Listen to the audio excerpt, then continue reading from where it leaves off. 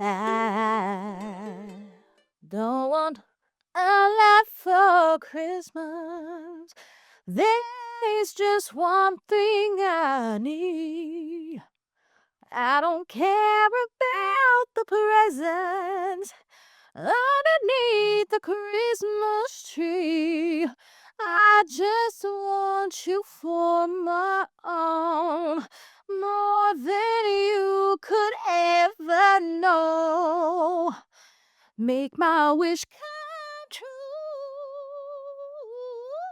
true. All I want for Christmas is you.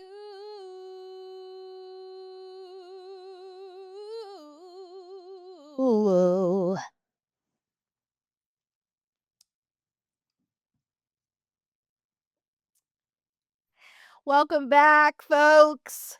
Welcome back to another episode of Insufferable with me, your host, Lindsay Howe, episode 25.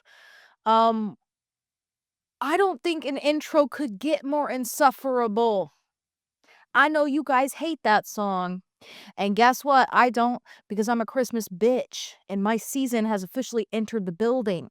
Okay, I know that October is technically fall season, but it never gives fall in California. Southern California, no, still hot as fuck.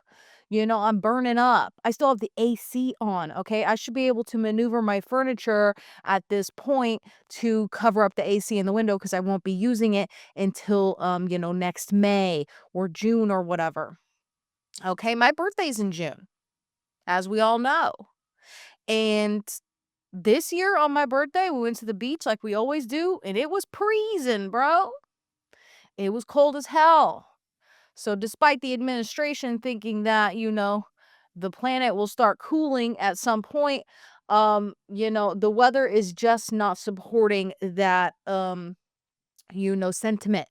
The weather is not weathering the way it should be weathering at the time it should be weathering. So, yeah, you know what? It's a little bit cozy outside at this point, and I'm feeling like, the Christmas spirit is upon us. Okay, today is November 6th. And you know what? And here's my dog. He will be joining us, I guess. And hey, you know what? I'm happy to be here. It's my season. I'm feeling good. We took a week off. Well, not really a whole week off. I just didn't upload this past Monday because I did that bonus episode past Friday on Halloween because I was, doing a trial run on my clown makeup. Um I like to do a trial run on my makeup to see I wanna be prepared. It's the type A of it all. Like, when you get to the airport, I know we're 3 hours early. I still need to go directly to the gate, see it with my own eyes, know that it exists, feel out the area and how hard it's gonna be to get there later when we are actually boarding, and then we can go fuck around at the, airport bar. I say that as if I fly frequently. I do not. Not a big flyer over here. I've flown, a handful of times. But I'm just too aware. I'm too aware to be flying. I'm so sorry. I went to Canada when I was like 11. This was before 9/11, and you didn't need a passport to go out of the country. Yes, I went out of the country pre 9/11. So, I went to Canada for a dance competition to Vancouver, and that was a pretty long flight. I remember it being, 5 or more hours to get to Vancouver from, LAX or wherever we flew out. We probably flew out from LAX. Um but I was walking around the plane. All of my classmates, from the dance school were on the plane as well. There was like 20 of us on the same plane going to this competition. I was walking around. We were playing board games and card games and just having a grand old time on that plane. Not a thought in my head that it could possibly crash or that someone could take a giant shit and ruin the entire experience for the rest of us for the remainder of the 4 hours that we're on the plane. People were not, y I don't know, I feel like plane etiquette was pretty lax in those days. So, yeah, dude, that flight, very chill. I flew again when I was, like, 13 or 14. I flew alone to Sacramento to visit my grandma and grandpa by myself, and there was a man in the airport stalking me. So that was an interesting, flight. I really wasn't that scared of flying at that point. I was still only 13, I wasn't really aware of the dangers. Um, but I was mostly scared of being kidnapped. And there was a man stalking me the whole time. So yeah, it was kind of a valid fear, I think. And on that flight, I crocheted the whole time. I had just learned how to crochet. So I brought my crochet equipment. I wonder if you can even bring a damn crochet needle on a flight these days. I wonder if you can even bring that. Knitting needles, those puppies are, low key sharp. If you had to use it as a weapon, you probably could. So I fear they don't let you bring crochet equipment and knitting equipment on planes anymore. But this was simpler times, you know? So yeah, that time flying alone was kind of the worst part for me. It wasn't really about the dangers of the plane. And then you know what? Since then, I have flown to Vegas and Arizona. Oh, I've also flown to Indiana. I was still too young to know the dangers and the risks of being in the air. But you know what? Flying to Arizona and flying to Vegas, it's quick enough. It's quick enough to not be that scary. But you know what? I'm about to freak all you guys out right now because I have a cousin who's he's an airplane mechanic, and you just don't want to have a long conversation with the guy. He's going to tell you stuff you'll never forget. So if I had to hear it, you have to hear it. The shorter the plane ride, the less they care about the ability of the plane. If you're flying from LA to Vegas, a smooth 35-45 minute plane ride, they're not even checking it. They're like, good to go. Good. Sorry. That was me. I don't know if you saw that was me. They're like, good to go. Go on ahead. We don't even need to check the fuel. You ain't gonna run out. Not in 35 minutes. We're not even gonna check it. You know what I'm saying? If you're going to Hawaii, you're flying over the water, or you're going to the East Coast from the West Coast, it's gonna be, 5, 6, 7 hour flight or whatever. They'll check it. They'll do a little safety inspection. But LA to Vegas, LA to Arizona, no ma'am. They don't give a fuck. They're just trying to they're like, "Why don't you drive, bitch? Why the fuck are you putting this carbon footprint on this earth to go to Vegas when you can drive there in 3.5, 4 hours?" And you know what my answer to that is? You'll never forgive yourself if you think you're gonna wanna drive home after being in Vegas for 2 or 3 days. Driving there, it's fun. You got your little outfit on, your little, sweat shorts, and, your earrings, and you and your girls are drinking Gatorade, and you're listening to Katy Perry on the way to Vegas. Ooh, ooh, watch out, Tucson, here we come type shit. Okay?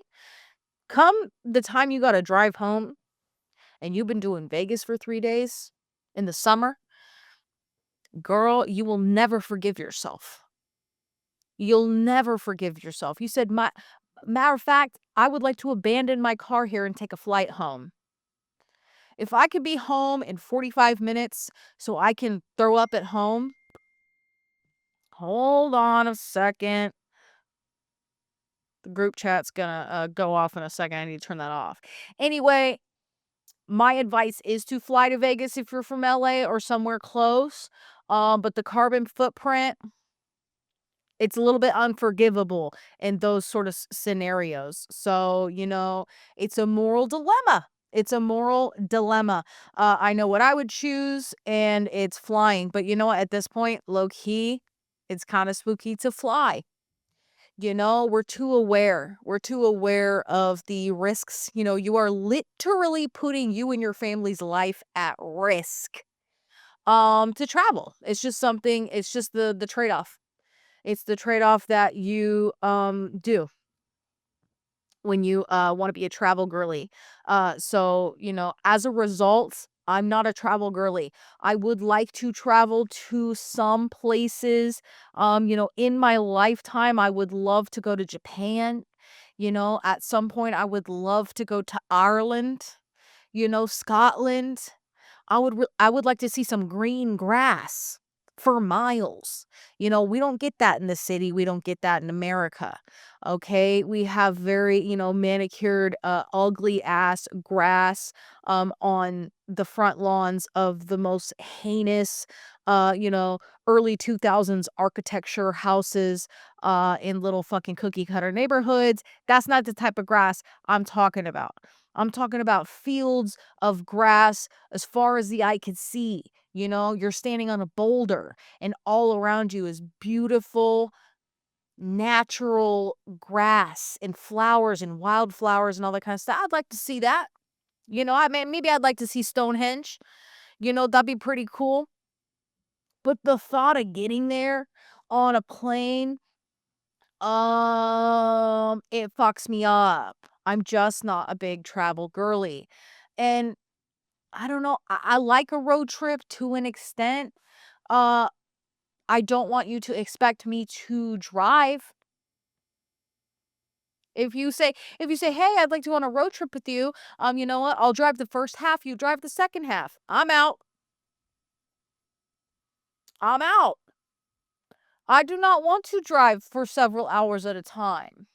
It's just not in my nature. I am a passenger princess. Okay?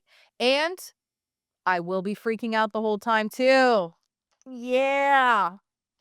Uh, if you are a wild driver, if you're on your fucking phone while you're driving me, precious cargo, in the city or on the highway,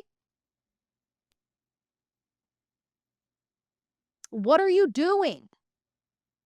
That's rude as hell.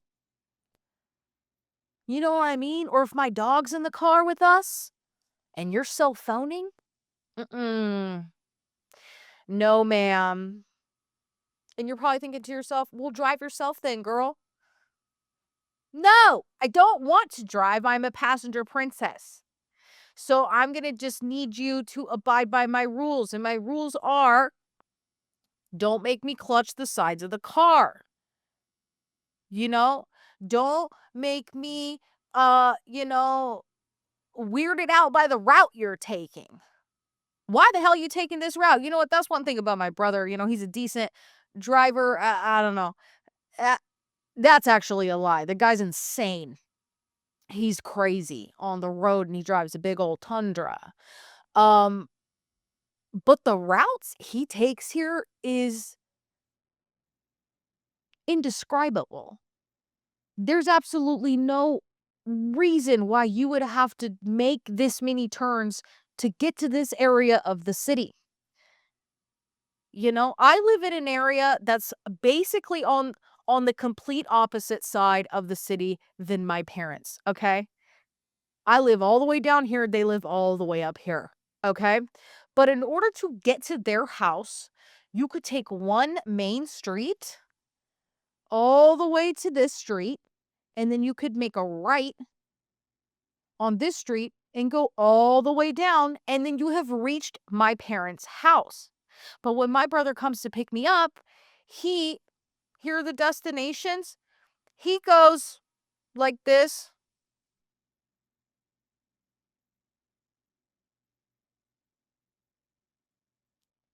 Why? And I tell him every time, bro, you could take this one road the whole way there pretty much. You could make one turn this whole trip. I don't know what the fuck you're doing, taking all these side streets, making a left and a right and a left and a right and a left and a right all the way there. It's so unnecessary.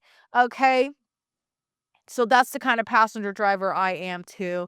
So you know what? That is why this episode is called Insufferable, because that is who I am, girl. And I'm sorry about it. I really am.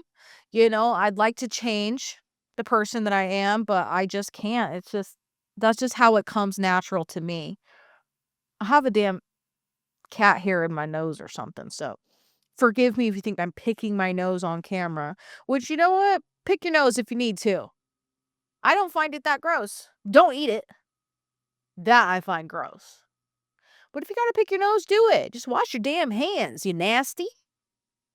You know what I'm saying? Like, just wash your hands for God's sakes. It's really not that big of a deal. Don't pick your ass, though. Don't do that, because I will judge you for that. All right, let me pull up the notes, see what's on the docket for today, folks. Let me see. Okay, so 'tis the season. Okay. And this year, I have convinced, my very stubborn mother to, uh, come to Thanksgiving at my brother's home, and my brother and I will be hosting Thanksgiving this year. Okay. It was a tough sell for no good reason, really. But that's what's happening now. My brother and I will be hosting Thanksgiving for the first time ever. And that'll be really fun, because if there's one thing that I like, it is control. I like to be in control, I like to be the manager, I like to be the CEO, I like to be the lead, I like to have control over most situations. Okay. Sometimes it's hard to get control, especially, fighting with another woman to gain control, i.e., my mother. Um, it can be tough, but, we made it happen, and we're gonna do it. And, you know what? The whole thing was sparked by the fact that I want to make mac and cheese this year.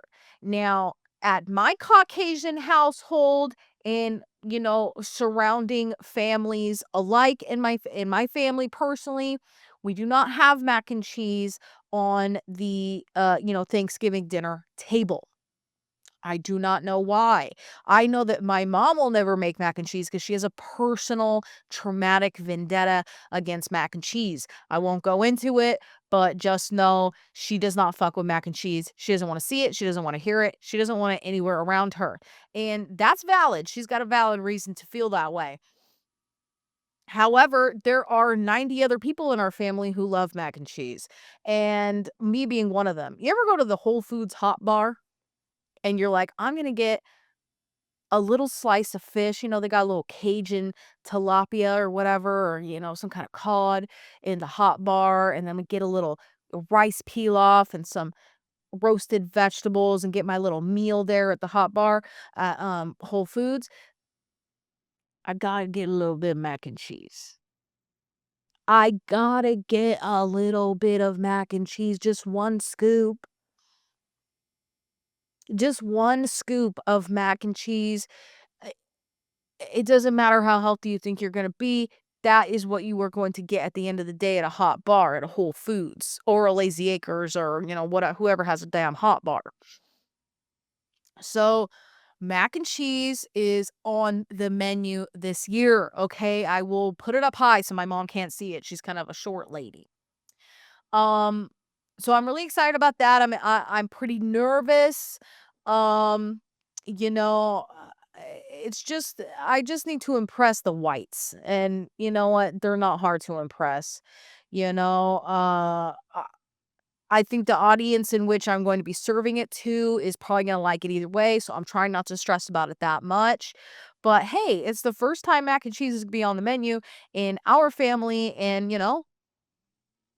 Imma do the best that I possibly can. Should I do a trial run mac and cheese and film it for the pod is the question, because I'm kind of feeling that way. I probably won't do that because I cannot afford to buy the supplies to make the mac and cheese twice before Thanksgiving. It's definitely gonna be a rough, year as far as finances go, but you know what? It always is. You know what I'm saying? Despite the end of the year being the absolute worst time of year for me financially, every year some shit happens, in which, finances are nil, and I end up, not being able to get gifts and everything. It happens every year. Despite that, still my favorite time of year. And I like it for the forced connection that you have to have with your family. I understand a lot of people don't be liking the holidays because they be having family drama, and I totally understand that. There are definitely people in my family that I do not want to see at any point of the year. You know what I'm saying? Like, if I'm like, "Oh, is so and so gonna be there," and someone says, "Yeah, yeah, she's gonna be there," I'll be like, "Well, fuck."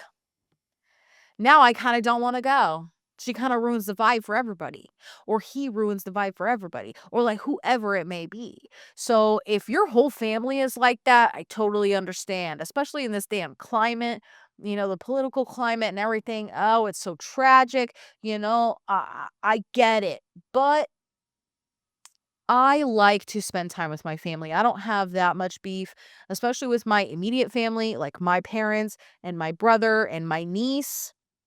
We're a tight group, and we don't get to see each other that often. You know what I mean? We live in the same city, but and as of late, we've been spending a lot more time together since we all have Disney passes. So I've been going with them, and that's actually been pretty nice.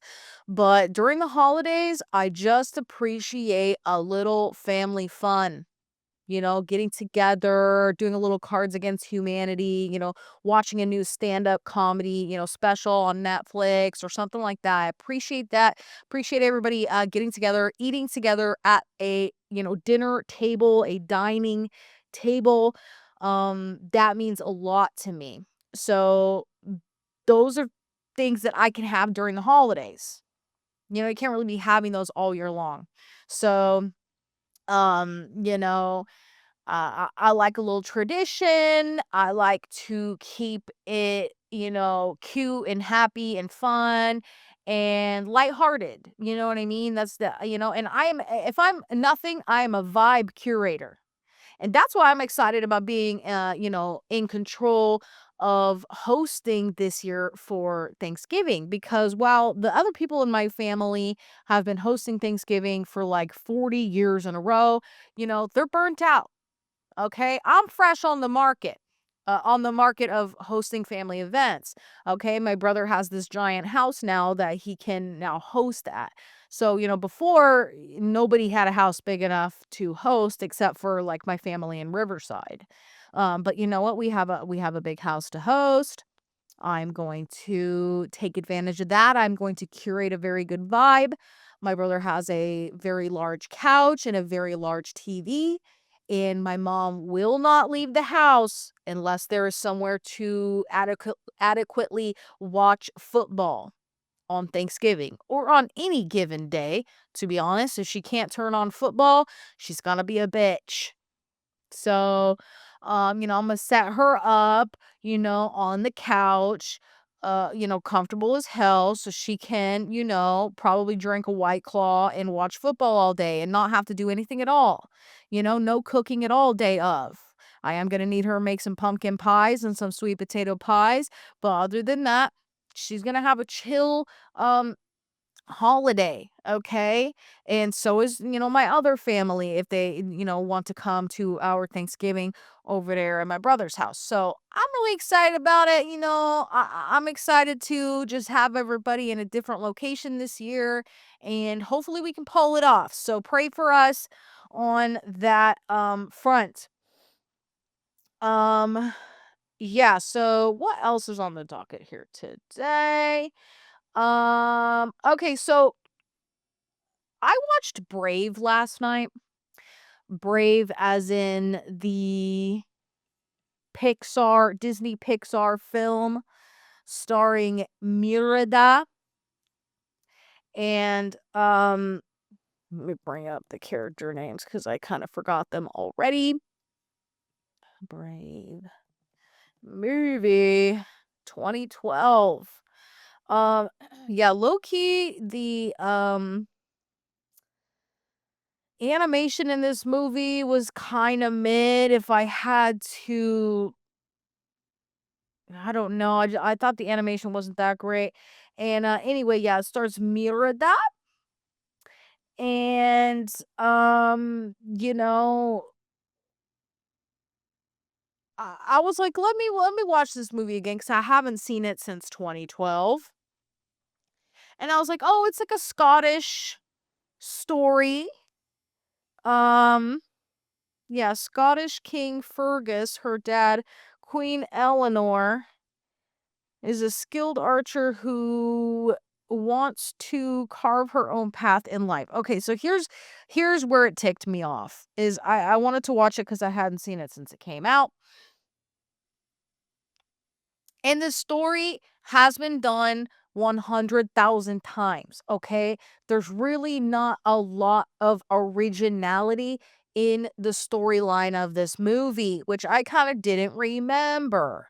But if you're writing a story, say you're here writing a screenplay, you're writing a story, and the story involves a young girl who is a princess, and turns out she has to get married to a prince because that's how they do it in the royal family.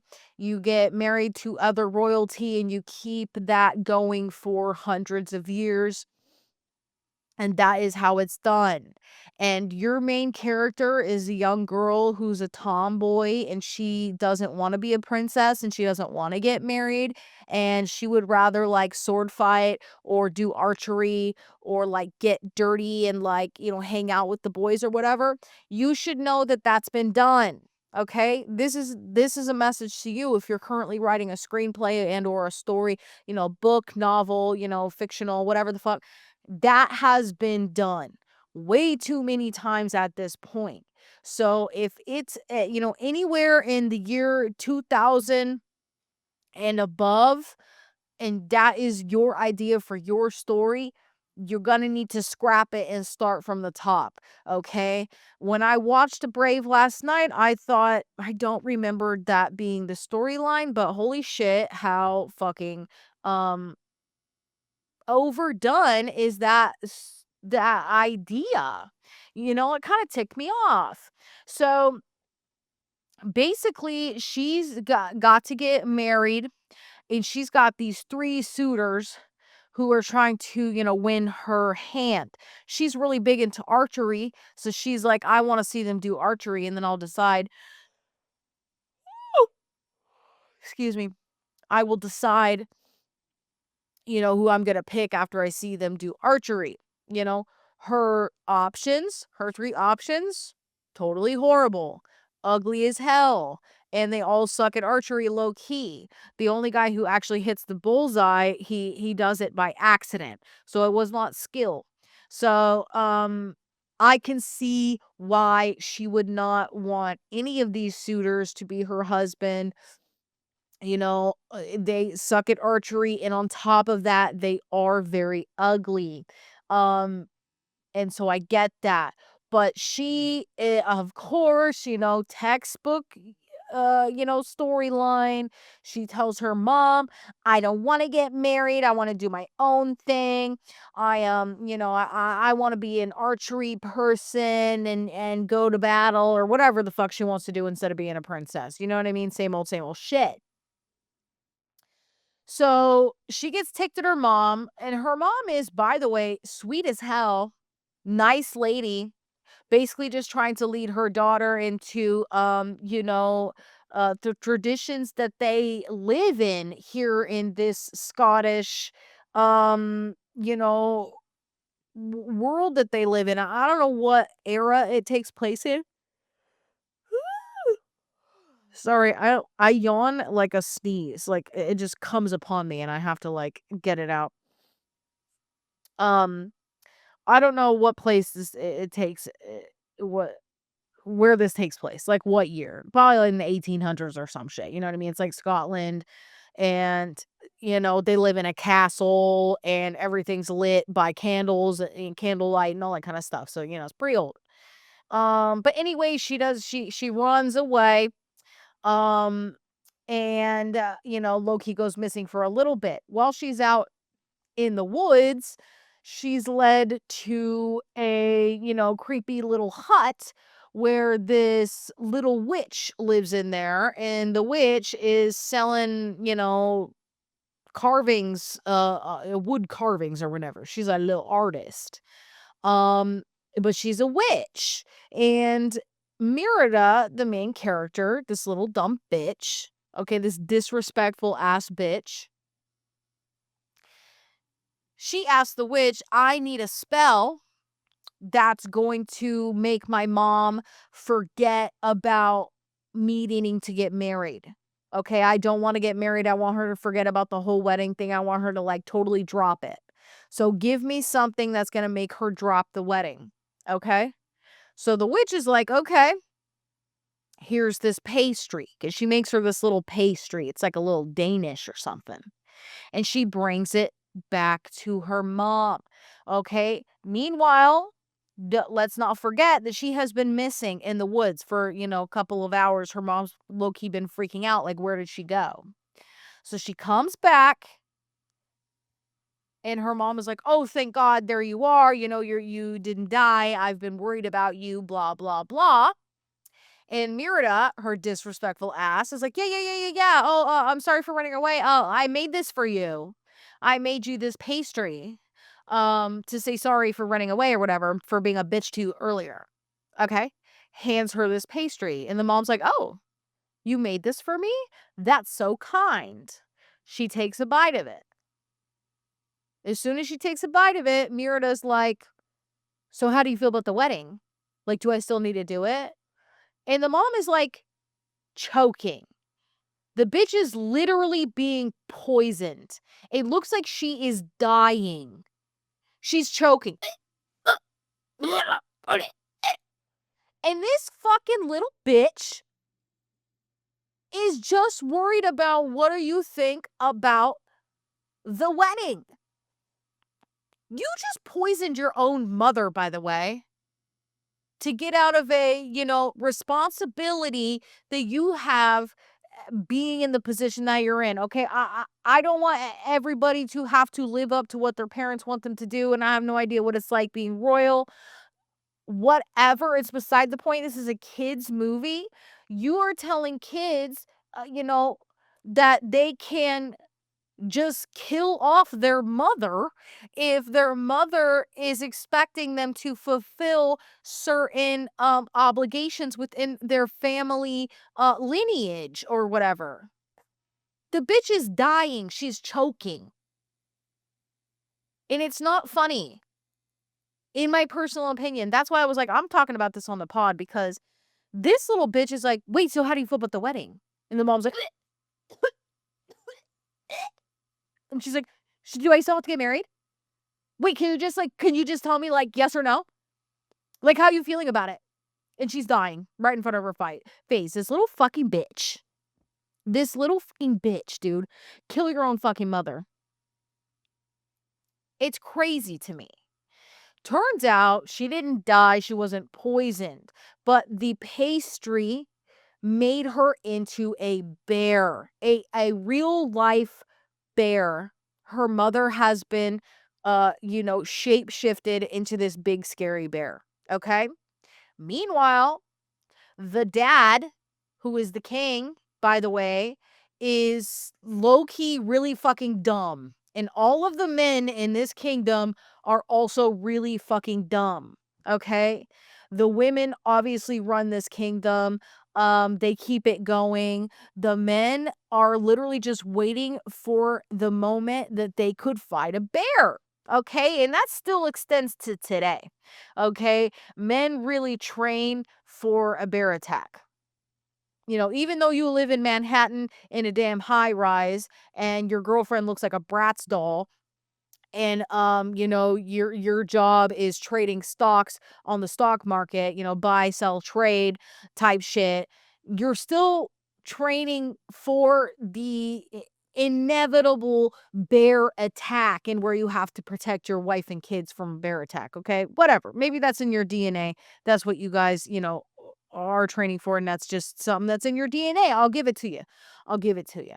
But in this movie, all the men are quite literally useless unless there is a bear attack, okay?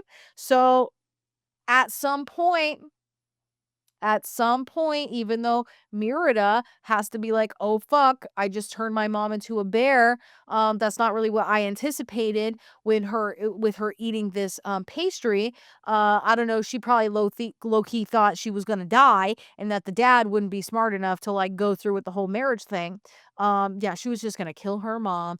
But anyway, she now has to facilitate getting this bear out of the castle, out of their home, without anybody seeing it, because if any of these men see this bear, they're gonna jump right into action. It's kind of the only thing they care about is fucking fighting a bear. Okay? So she enlists the help of her toddler brothers, okay, some triplets, to fool everyone, to create a distraction, to then get her mother, the bear, full size, by the way, out of the building without anybody seeing.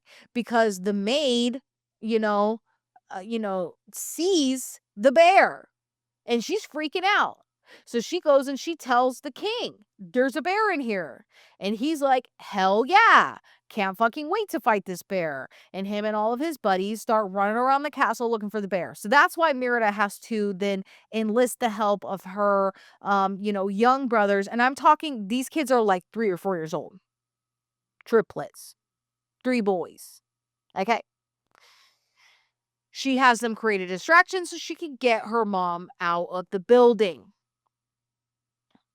I'm not going to go through every single other detail, even though I have gone through probably more detail than I needed to go to. Um, she gets her out. Shit goes down. She finds out that she can't break the curse. After 48 hours, the curse is set in. It's permanent. Her mom will always be a bear. And her mom can't talk either. Okay, if you think that this is a talking bear who speaks English and can, negotiate and figure out a plan with her young daughter, who's, 13 or 14 years old or whatever, however old she's supposed to be, no, she can't. She's a bear. She's a bear through and through. And throughout the time that they spend together, she's turning more and more into a bear. The spell is setting in. And she starts like attacking Mirada, sort of, unconsciously, subconsciously acting like a bear. She almost eats Mirada on a couple of occasions and quickly is like, "Oh my God. Oh my God. I just said a bear thing. I didn't mean to do that," type shit. So the clock is ticking. You know what I mean? 48 hours is all you got to break this fucking curse. So what does she do? She tries to go find the fucking witch. You know? Is the little shack that the witch was living in there anymore? No, it's empty. It looks like no one ever lived there. So she can't even get a hold of this damn witch. There's a cauldron there, and where the witch has basically a voicemail message with a little spell that she can say or something, or just some language that she needs to remember in order to help break the curse by the 48-hour mark. Okay? Tons of things ensue. It's literally about to be the 48-hour mark. She's, kind of figuring out how to break the curse with the language that she was told by the voicemail from the witch, who was really not that helpful. But at the end of the day, right before the second sunset, of course, the dad and all of his friends finally find the, the bear. And Merida's trying to tell him that's mom. There's a spell cast on her. She is bear right now. Do not kill her. He's too dumb to understand that. He has a very small brain, and the only thing he wants to do is kill a bear. Okay? It's a dangerous place for a man to be. And he tries to kill this woman because he does not understand the fact that it is his wife in there. And he hasn't been of help through any of this. Merida doesn't even go to him for help because he is useless. He's a useless husband. He's not good at being a husband, I'll tell you that. So, I don't know, of course she, gets it together at some point. She gets some tapestry that she needs to break the curse, and she thinks she's not gonna break it, and the sun is setting on the second day, or it's rising on the second day, and she thinks she kinda blew it, and then she looks up and her mom is back in her regular body. She is no longer a bear. Spoiler alert, it works out. Does she deserve to have it work out? No. I think you need to live the rest of your stupid little life knowing that you chose to kill your own mother just because you didn't want to get married. Okay? You could have asked for more suitors. You could have requested hotter men who are better at archery, just more options. You could have asked for more time. I feel like there could have been a little bit more negotiation instead of being an entitled little brat who wants to go shoot her bow and arrow in the fucking wilderness, and she doesn't want to wear a dress. I hate that storyline. I want women to choose their own path too. I'm not saying like go ahead and hunker down and marry this ugly ass man because that's part of, your royalty and that's what you have to do. I understand that's probably pretty tragic if that is what your life is. I'm sure it is, but to kill your own mother in hopes of just delaying this wedding is heinous, and I'm pretty pissed about it. After watching it as like a full-blown adult, I mean this came out when I was like 22, I think. Um but yeah, dude, it wasn't good, and in my opinion, this is not a good morality-wise, it's not a good story, okay? And it's been done too many times, and they need to wrap it up, in that sense, okay? And I just think I don't know.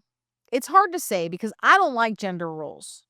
And I don't wish women to be controlled by any aspect of their life whatsoever. I don't want that for women, okay? I was thinking about this morning while I was doing dishes. I was thinking, what if these social construct gender roles do not align with you as a person, okay?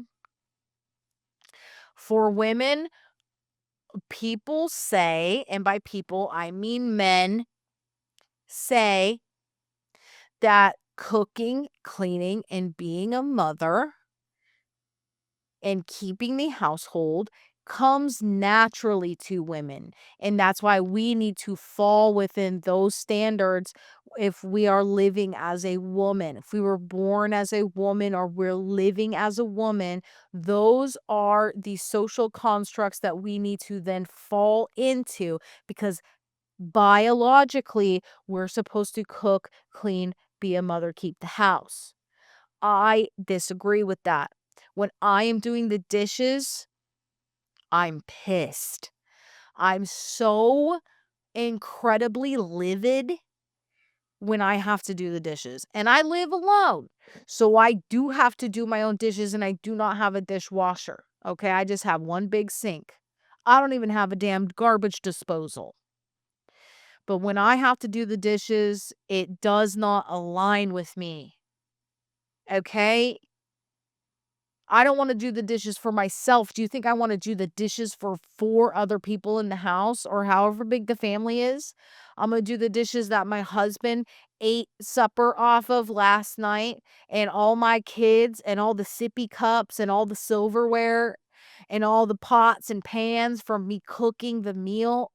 I don't like to cook either. It does not align with me. It does not align. It doesn't fit within my purpose in this world. Okay? And same can go for men. Okay? Some of these men do not align with being strong and protective and building, you know what I mean? If you're a man, you know, and building a house and like hunting and you know, protecting and providing, it does not align with you naturally, that's okay. You can't tell me that I have to cook and clean and be a fucking housewife and fucking pump out babies when you are a fucking crypto bro and you're buying and selling and trading stocks for a living. You should be hunting and then, you know, taking whatever you hunted and stripping it down to something that we can make a stew out of. Okay? I know you can't do that. It doesn't align with you. Okay? I see you in that suit that's way too tight, by the way, and it's not, you're not aligning with the, you know, male gender role, the socially constructed gender role of a man. A lot of you guys do not fall into that, okay? And a lot of women do not fall into the socially constructed gender role of a woman either. Okay? That's why this high value woman, high value man shit really pisses me off because everybody's different and you need to connect with somebody who compliments you. Okay? You can't just be asking for a bitch to have your babies and do your fucking dishes and your laundry. It's not fair and it doesn't make any sense. Okay? So, yeah, I hate gender roles. Um there's that, there's that. And you know what? I think actually I think that'll do it for me today. Okay? I'm thinking about maybe staging a little, you know, Christmas set for, you know, these next few months. I did not do a Halloween set. I just not into that Halloween. Halloween was really fun, by the way. I don't know if I got to tell you about that. Oh, I didn't because I skipped Monday, but Halloween was amazing. My makeup did not turn out any better than it did in the video that you saw.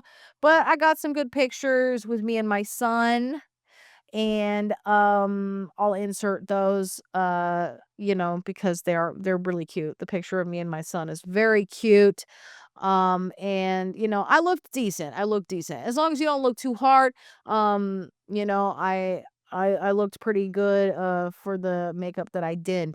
So, yeah, the trial run didn't help that much, but it was fun to do it on camera. So, anyways, happy holidays to all of you who listen to the podcast and everyone beyond. Um you know, I appreciate, you know, you know what? Now's the time to, and any time really, but it's a good time to write down what you're thankful for. You know what I mean? A good list of what you're thankful for ain't never hurt anybody, okay? It's nice to acknowledge the cool things that you have in your life. And one thing I'm thankful for is 6 months of Insufferable with Lindsay.